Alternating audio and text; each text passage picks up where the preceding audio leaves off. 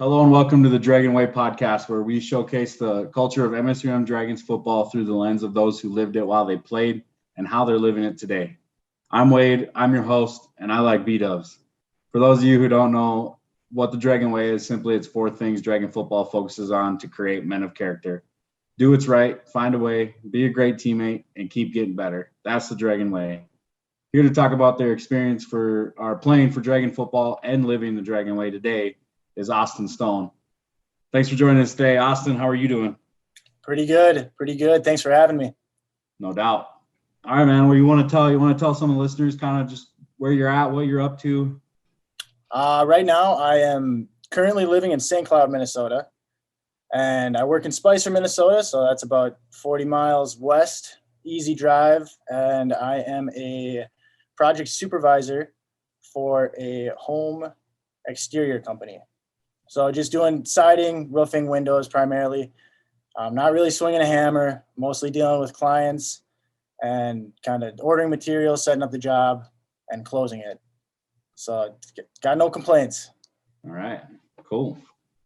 All right, man. Well, hey, we'll get rolling into some questions I got for you, and excited to hear what you got to share. So, first one, what were you looking for in a football program when you started the recruiting process?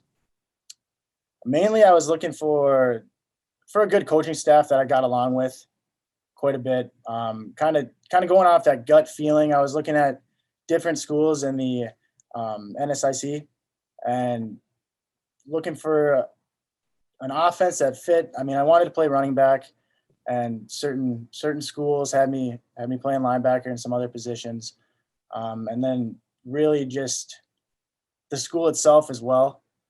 I mean, something that kind of fit, not too big, not too small, and really Moorhead had all that for me. And then when I went on my official, the major selling point was when the coaches were kind of outlining that we could be a part of kind of revamping the program, or kind of that turning the program around at its ground level in the early stages. That was a huge selling point, at least for MSUM, and ultimately why I chose to go there. So. Okay, sweet. It wasn't because you just hung out with me and Miles during your official? I mean, that kind of persuaded me. I'm not going to lie. Yeah, but probably more Miles. I get it. No, Wade. It was all you, man. All right. I'll take credit, I guess. Whatever. Yeah. It's cool. Yeah. All right. How did Dragon football meet those expectations? And then, where did they exceed those expectations? Well, they met the expectations, and I mean, getting that good gut feeling with them. I had that all 4 years I was there. I mean, I got along with the coaches well. It was a system that once I understood it, I really enjoyed it. It took a year to kind of understand what was going on for me in the offense, and but just being around in a good atmosphere, around good people, that's what I expected, and that's what I got. And then how it kind of exceeded the expectations were that, I mean, I didn't know that there would be such a big emphasis on getting better at football, but then also the personal development of it, just becoming a better leader, learning how to deal with adversity better, and all those aspects that they really, really preach about, and kind of put on the forefront of what's important to be a Dragon football player, that I just wasn't expecting it going in, but it exceeded expectations, obviously. Okay. Like that. So kind of a question built off that one then, what, in your opinion, what's different about Dragon football?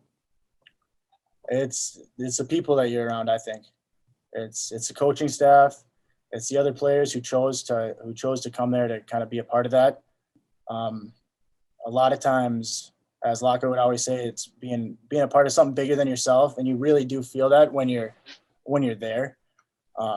going through the grind with everybody, if it's winter workouts, summer workouts, just practice every day of the season, and then the highs and lows of the games, and celebrating with a bunch of good people that make each other better. It's hard to find anywhere else. So, I mean, it was pretty cool to be a part of. Love that. All right. What part of the Dragon football culture and the Dragon way connected with you the most? I would say it was kind of reiterating on that. It was just the relationships that I got to make with a lot of guys and the teammates and coaching staff that all kind of believed in the Dragon way and those values, and then trying to get better each day with no shortcuts, doing what's right. And then just going through that with everybody and having that kind of culture that really stuck with me. Because again, you don't find that everywhere. So that was pretty sweet. No doubt. All right. How have you applied what you learned while in the Dragon football program to your life today? I would say the biggest way that I've applied it is in dealing with adversity.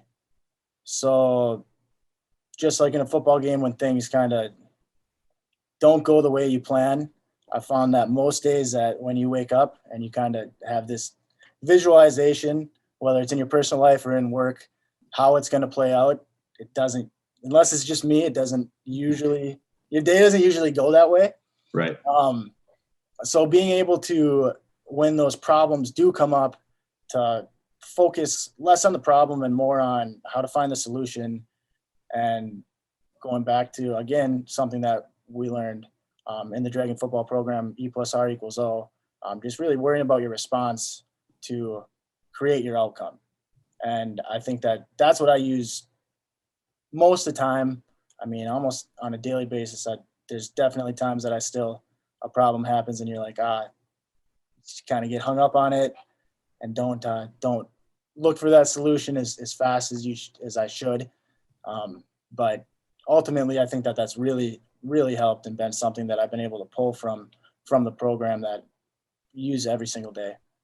No doubt. I was telling yesterday or the other day when we had someone on, it was the same thing, and it's it's crazy that if you played, all these different interviews back to back to back, yep, every single one has had a lot of these questions tying together with the people. With this question, it was a lot of, hey, it's either this find a way type attitude, but then how that ties in with the E+R = O, for sure.